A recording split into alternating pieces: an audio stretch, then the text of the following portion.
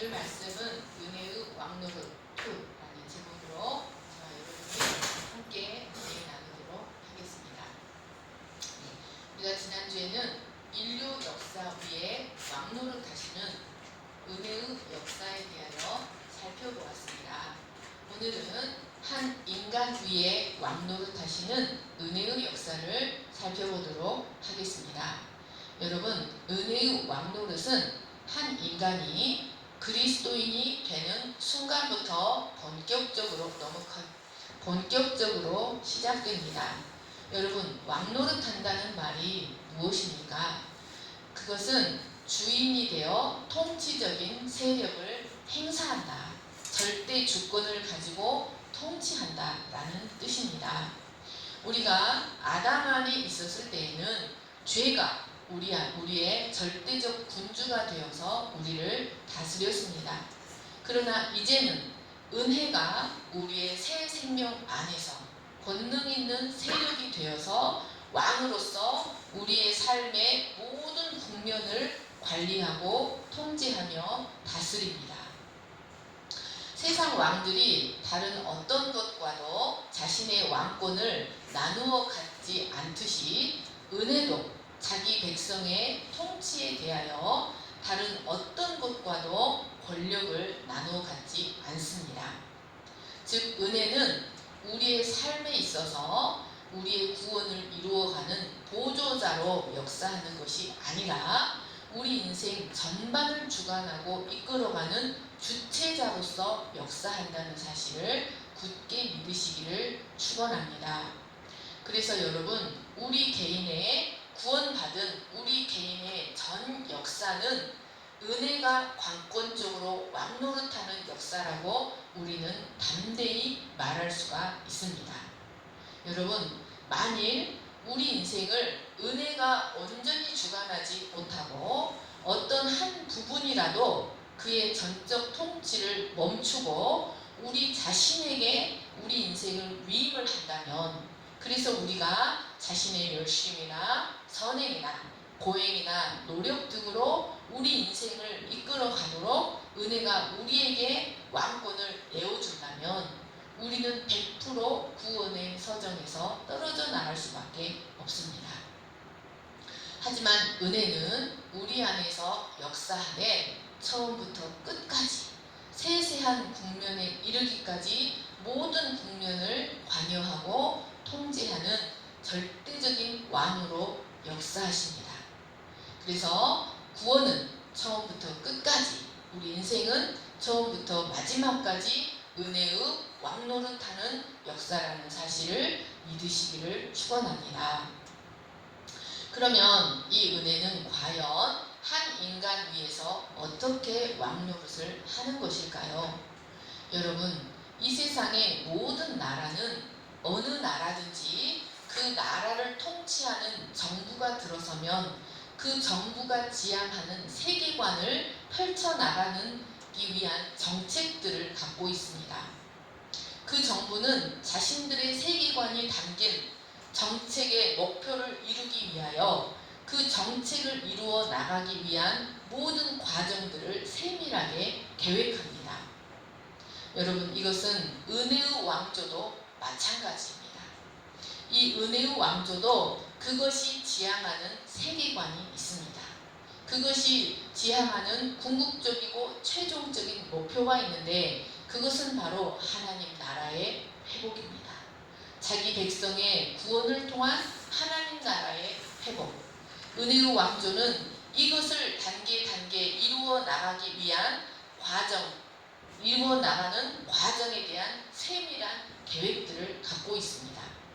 사도행전 2장 23절을 보십시오. 그가 하나님께서 정하신 뜻과 미리 아신 대로 내준 바 되었거늘 너희가 법 없는 자들의 손을 빌려 못 박아 죽였으나.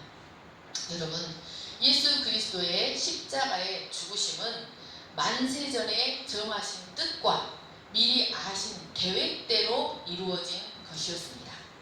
이와 같이 한 개인의 구원도 어느 날 갑자기 이루어지는 것이 아닙니다. 로마서 8장 29, 30절을 보십시오. 하나님이 미리 아신 자들을 또한 그 아들의 형상을 본받게 하기 위하여 미리 정하셨으니 이는 그로 많은 형제 중에서 맏아들이 되게 하려 하심이니라. 또 미리 정하신 그들을 또한 부르시고 부르신 그들을 또한 의롭다 하시고 의롭다 하신 그들을 또한 영화롭게 하셨느니라. 여러분, 은혜는 그때그때 상황에 따라 통치하는 것이 아닙니다. 은혜는 처음부터 그 목표하는 바를 분명하게 정하고 그것을 이루어 나가는 단계들을 세세하게 계획한 후에 그 계획들을 철저히 그 계획에 따라서 철저히 움직입니다.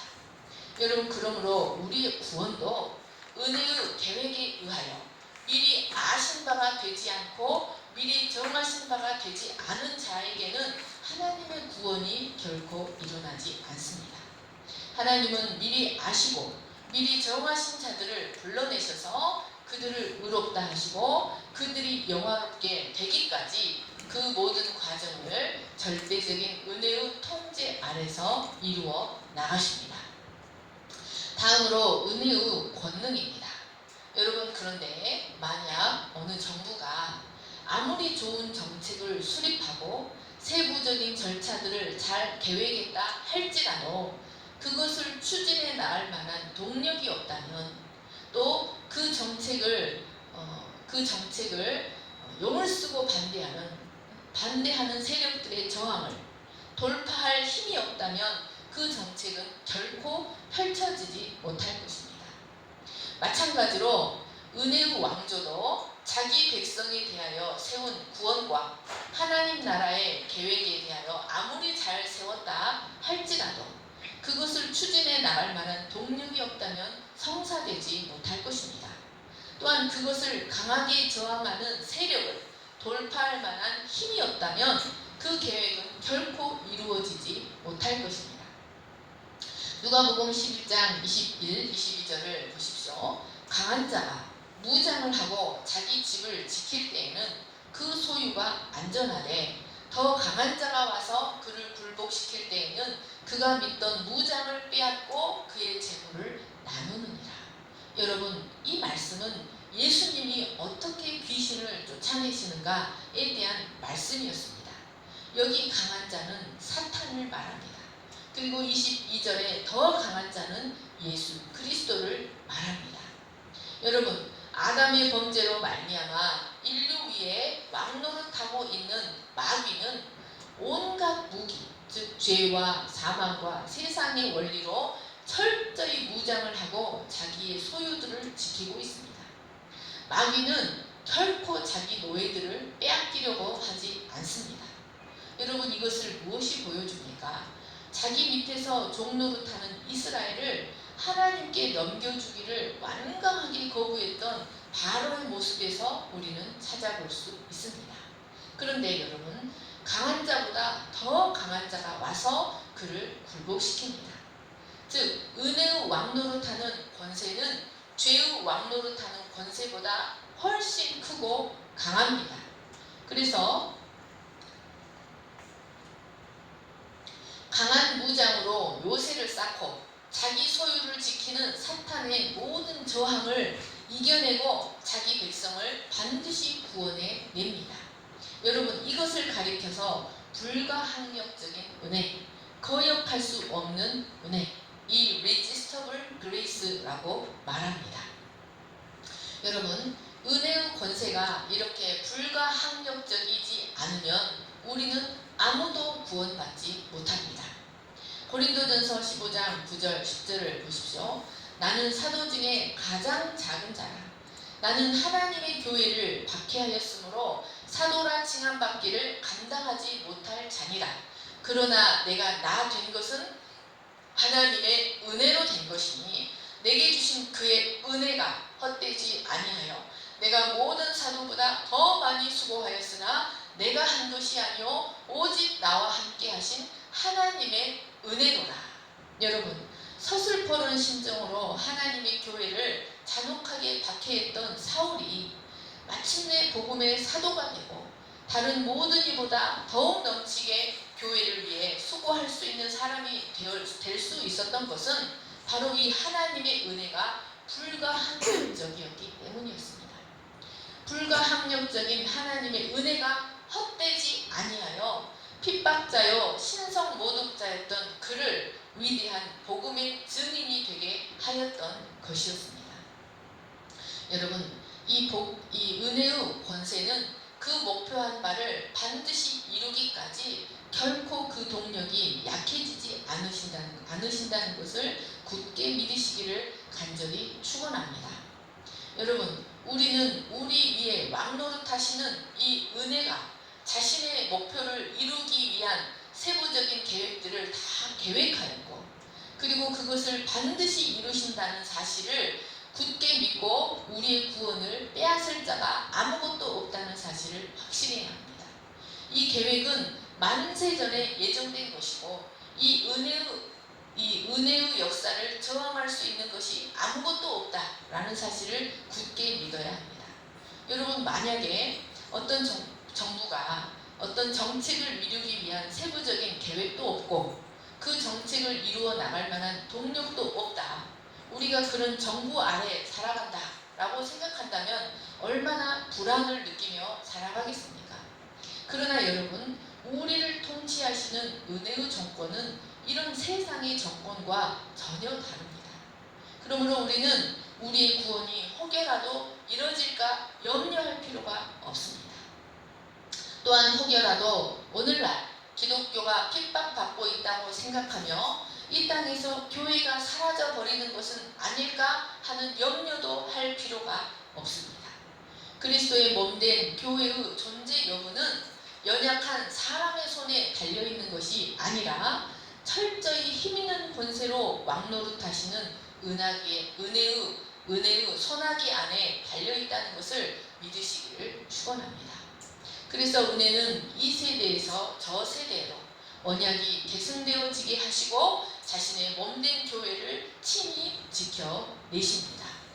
자, 그러면 죄의 통치 아래에 있는 한 영혼을 구원하기 위해 역사하시는 불가항력적인 은혜의 구체적인 능력은 과연 무엇일까요?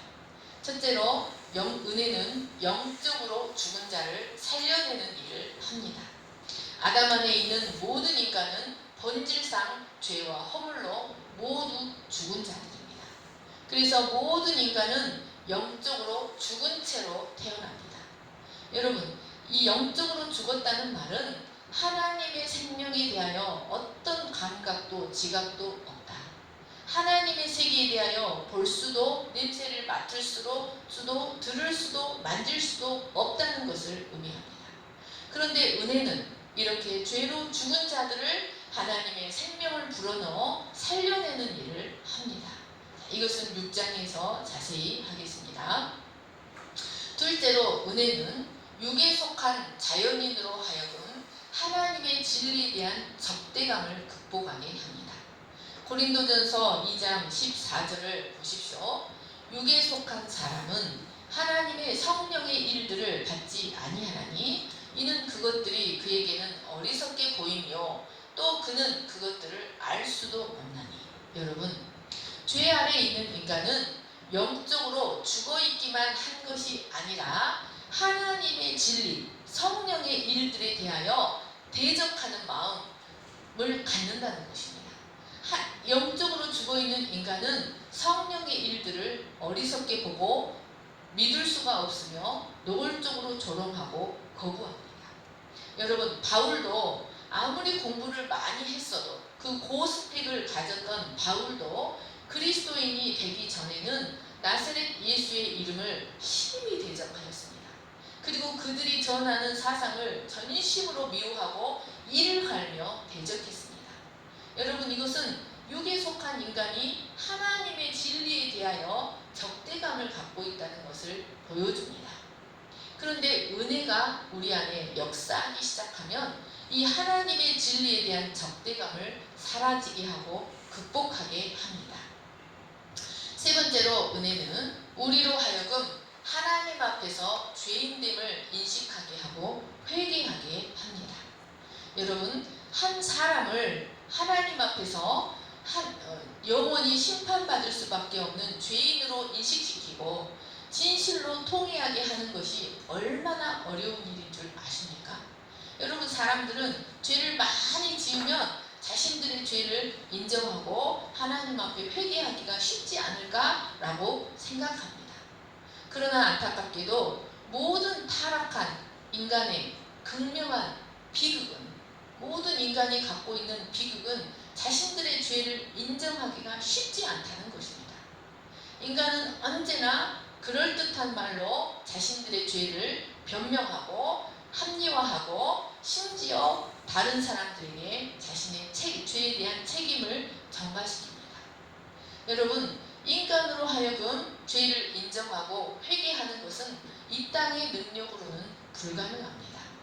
그래서 여러분, 이제 그 조두순 알죠? 그 어떤 학생, 나영이라고 하는 그 학생을 심각하게 성폭행을 해서 이제 장이 다 파열이 되고 이런 몸의 기관들이 다 파열이 돼서 평생을 그 주머니를 차고 살아야 하는, 근데 다른 죄수들이 감옥에서 이렇게 뉘우치냐고 물으면 기억이 나지 않는다고 거짓말을 한대요.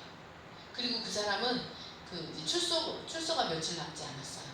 근데 이제 당국에서는 그 상담을 통해서 그가 나아졌다라고 말을 하는데, 그와 함께 감방 생활을 했던 죄수들은 그가 전혀 나아지지 않았다고 말을 해요. 그래서 그는 그 출소를 앞두고 매일 그 푸시업을 1000개씩을 한답니다. 그래서 몸이 전체가 근육질이래요. 그래서 복수가 두려워서 복수를 막기 위해서 매일 열심히 체력 단련을 한다고 합니다. 여러분, 이것이 인간의 비극입니다. 인간은 결코 자신들의 죄를 쉽게 인정하거나 인정하지 않고 변명하고 합리화하고 죄책을 전가합니다. 그런데 여러분, 은혜가 그 일을 해냅니다. 여러분, 바울을 보십시오. 바울은 자신이 율법으로는 흠이 없다고 자부했던 오만한 바리새인이었습니다. 그런데 그가 땅바닥에 나뒹굴며 내 육신에 선한 것이 하나도 거하지 않는구나. 오라, 나는 곤고한 사람이로다. 이 사망의 몸에서 누가 나를 건져내랴 라고 그 율법의 의로는 흠이 없다고 자부했던 오만한 바리새인 사울이 이렇게 고백할 수 있게 되었던 것은 은혜의 능력밖에는 없습니다. 세 번째로, 은혜는 우리로 하여금 하나님 앞에 심판받을 수밖에 없는 죄인임을 인식하게 하고 가슴 아파하며 회개하게 합니다. 네 번째로, 은혜는 계속해서 우리의 생각 가운데, 우리의 이해 가운데 역사하여 하늘의 진리들을 이해하고 깨달아가게 하십니다. 여러분, 은혜는 우리 안에 역사하여 전에는 결코 이해할 수 없어서 조롱하고 무시했던 하나님의 진리들을 깨닫고 이해하고 심지어 그것을 사랑하고 그것을 붙잡고자 멸망하는 자들로 우리를 변화시켜 가십니다. 영적으로 완전히 죽었던 우리를 살려서 그것을 대적했던 진리에 순복하고 열망할 수 있게 하시는 것은 은혜의 권능밖에는 없는 것입니다. 여러분, 사도 바울은 이것을 바로 태초에 아무것도 없는 상태에서 모든 것을 있게 하신 창조자의 권능이라고 말하였습니다. 에베소서 1장 16절부터 22절을 제가 읽겠습니다. 내가 기도할 때 기억하며 너희로 말미암아 감사하기를 그치지 아니하고 우리 주 예수 그리스도의 하나님 영광의 아버지께서 지혜와 계시의 영을 너희에게 주사 하나님을 알게 하시고 너희 마음의 눈을 밝히사 그의 부르심의 소망이 무엇이며 성도 안에서 그 기업의 영광의 풍성이 무엇이며 그의 힘의 위력으로 역사하심을 따라 믿는 우리에게 베푸신 능력의 지극히 크심이 어떠한 것을 너희로 알게 하시기를 구하노라. 그의 능력이 그리스도 안에 역사하사 죽은 자들 가운데서 다시 살리시고 하늘에서 자기의 오른편에 앉히사 모든 통치와 권세와 능력과 주권과 이 세상뿐 아니라 오는 세상에 일컫는 모든 이름 위에 뛰어나게 하시고 또 만물을 그의 발 아래에 복종하게 하시고 그를 만물 위에 교회의 머리로 삼으셨느니라. 여러분, 사도 바울은 에베소 성도들을 위하여 부르심의 소망이 무엇인지 깨닫게 해달라고 기도합니다. 그 기업의 영광의 풍성이 무엇인지, 그리고 믿는 우리에게 베푸신 능력의 지극히 크심이 어떠한지를 깨닫게 해달라고 간절히 기도합니다. 여러분, 그가 기도하는 것이 무엇이냐면 영적으로 죽어서 하나님의 원수 되었던 우리를 살리시고 그의 복음 진리에 순복하게 하시고 그 복음 진리를 이해하고 사랑하고 순복하게 하시는 능력이 바로 우리 주 예수 그리스도를 죽은 자 가운데서 살리신 능력과 동일한 것이다. 죽은 자 가운데서 살리시고 영광 가운데에서 하늘에 올리사 자기의 오른편에 앉게 하시며 교회의 머리가 되게 하시는 데 사용하신 능력과 전적으로 동일한 능력으로 우리를 살리시고 우리를 구원하시고 우리를 이끌어 가신다. 그 능력으로 우리를 이끌어 가신다는 사실을 에베소 성도들로 하여금 깨닫게 해달라고 기도하고 있는 것입니다. 많은 사람들은 진리의 판단자가 되어서 한 인간이 복음을 믿고 진리에 순복해서 살아가는 것이 쉬운 일이라고 말하는데 결코 그렇지 않습니다. 하나님은 우리를 다시 살리셔서 당신의 백성 삼으시는 일에 예수 그리스도를 무덤에서 끌어올리시고 또 하늘에 올리시고 만물 위에 교회의 머리로 삼으신 능력을 사용하셨습니다. 여러분, 이 능력이 아니면 우리는 그 누구도 다시 태어나거나 진리를 깨닫거나 진리에 순복하거나 그리스도의 몸된 교회의 일원이 되거나 할 수 없습니다. 다섯 번째로 은혜의 권능은 택한 백성의 삶에 제지시키는 능력으로 나타납니다. 성현 좀 잠깐만 꺼주세요. 5분 꺼주세요. 네. 여러분, 은혜는 우리의 삶에 제한시키는 능력, 제지시키는 능력으로 나타난다는 것입니다. 그런데 이 능력은 꼭 우리가 회심한 뒤에만 나타나는 것이 아닙니다.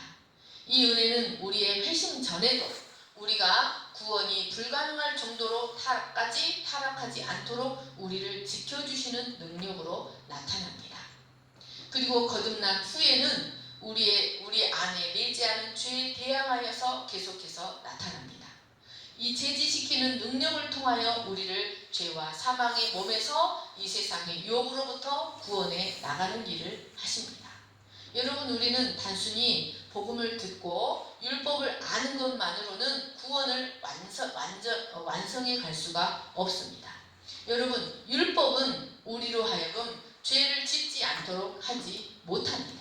율법은 우리 안에 죄의 세력을 제지시켜 주지 못하고 율법에 부작용이 있는데 그것은 오히려 내 속에서 더욱 죄가 왕노릇하게 하는 부작용을 갖고 있습니다. 이것이 율법의 부작용입니다. 그렇지만 은혜는 우리로 하여금 죄를 다스릴 수 있는 능력을 주시고 외부로부터 오는 유혹을 이겨낼 수 있는 능력을 우리에게 허락하십니다. 그래서 점점 우리를 거룩한 백성으로 만들어 가십니다. 만약 우리의 삶에 이 제지시키는 능력, 제한시키는 능력이 우리의 삶에 나타나지 않는다면 우리는 수많은 유혹 가운데서 넘어지고 실패하고 심지어 파멸과 실족을 경험할 수밖에 없을 것입니다.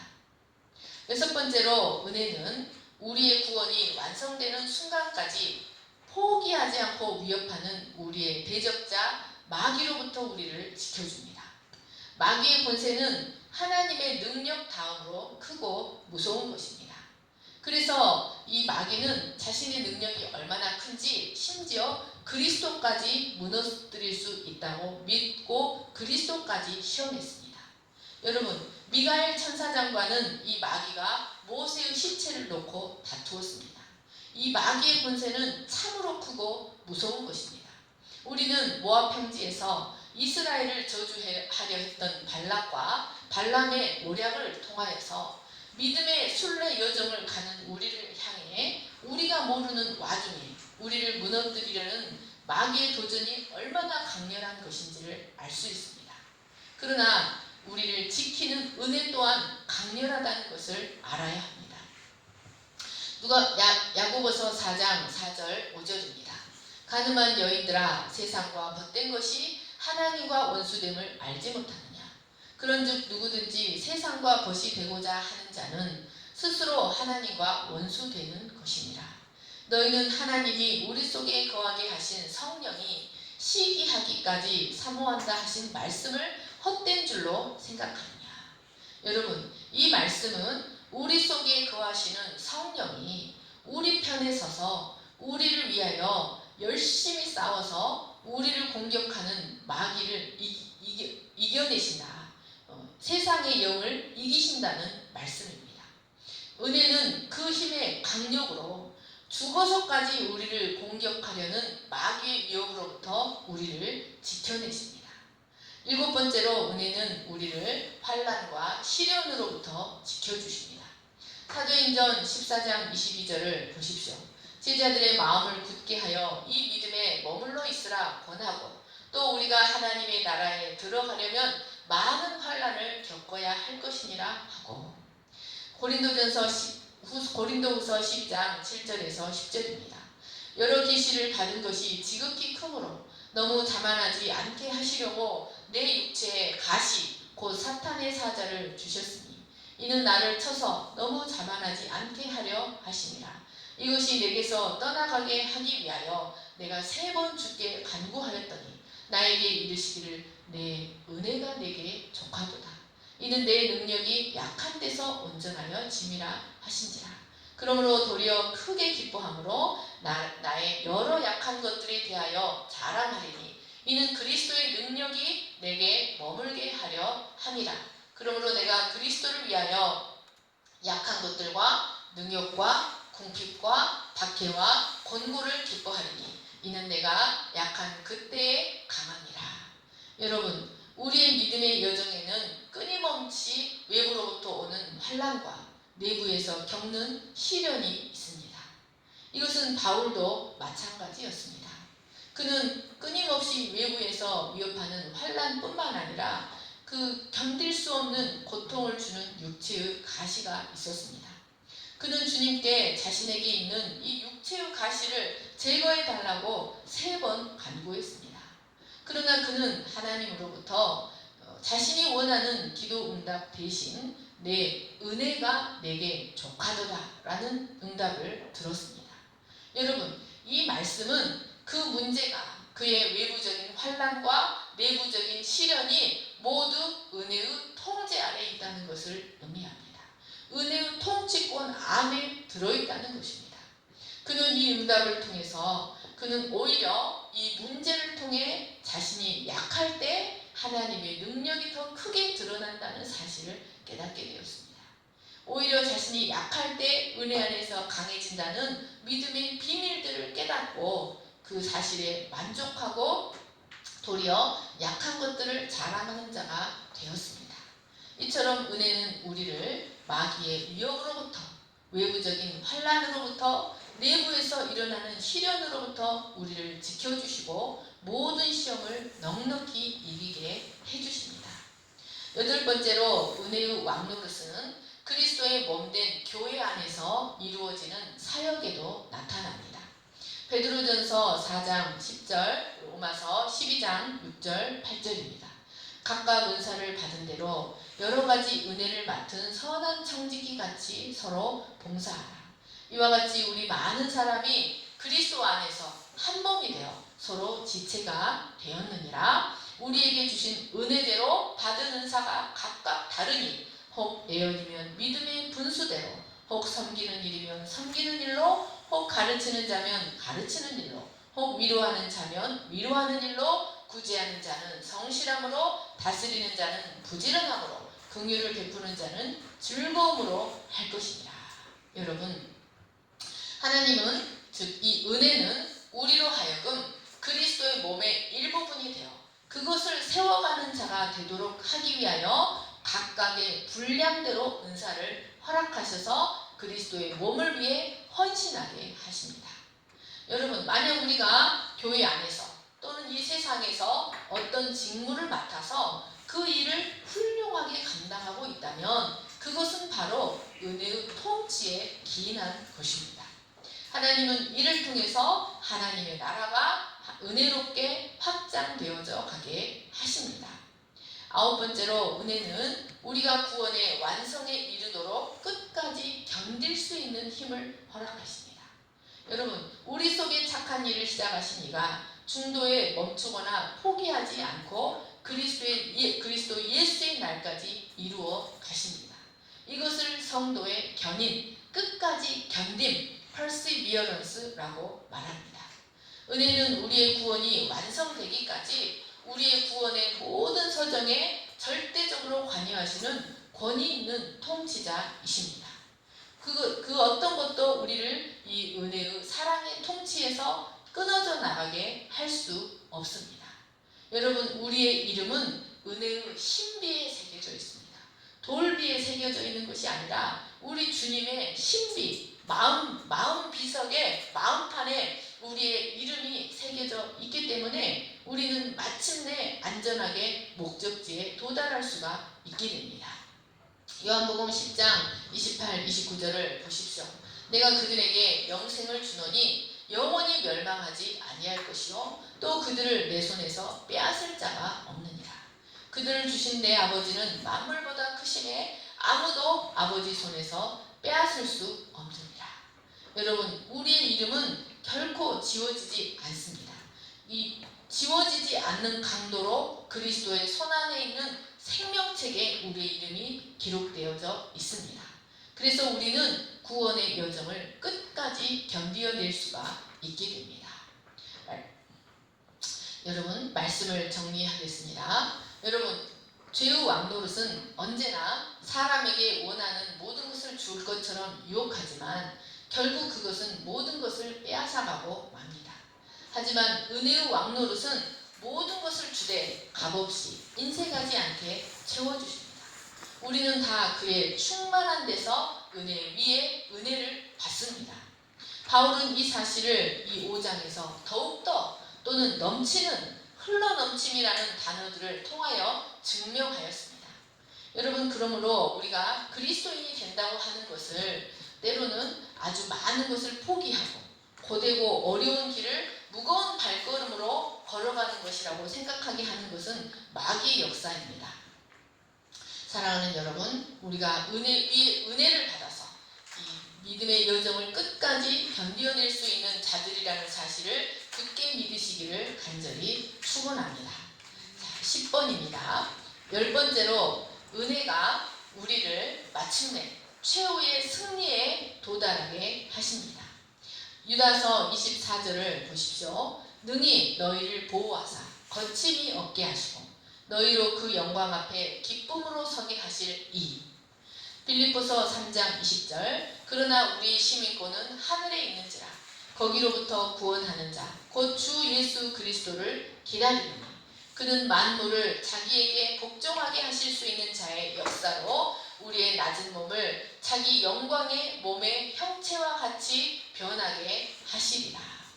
여러분, 우리는 죄 아래 잉태되고 죄 아래 태어나서 죄의 왕노릇 아래 살다가 마침내 우리는 영원한 멸망으로 들어갈 수밖에 없었습니다.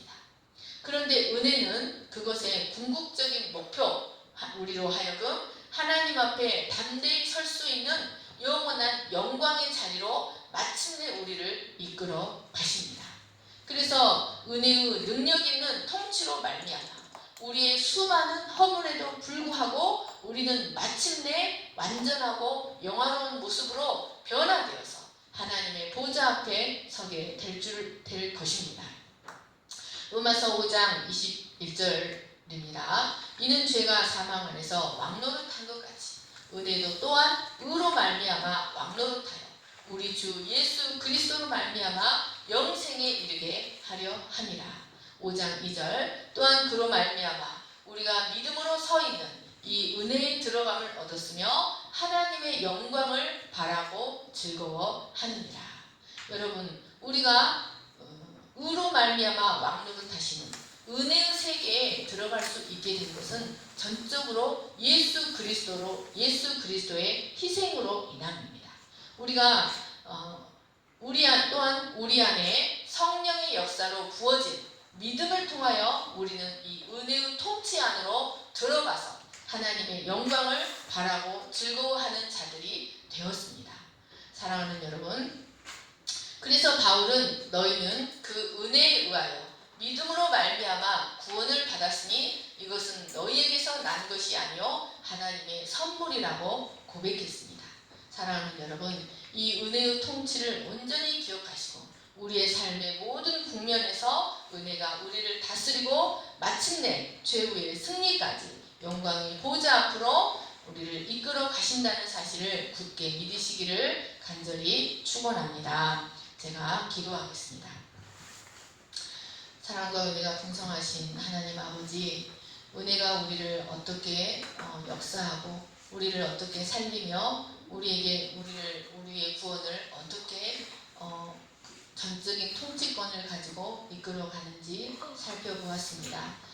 우리의 구원은 철저하게 예정된 것이며 계획된 것이며 그것은 권능이 있어서 그 계획대로 반드시 그 역사를 성취해 가시기 때문에 우리의 구원은 중도에서 멈추어질 수 없고 반드시 완성되고 만다는 사실을 알았습니다.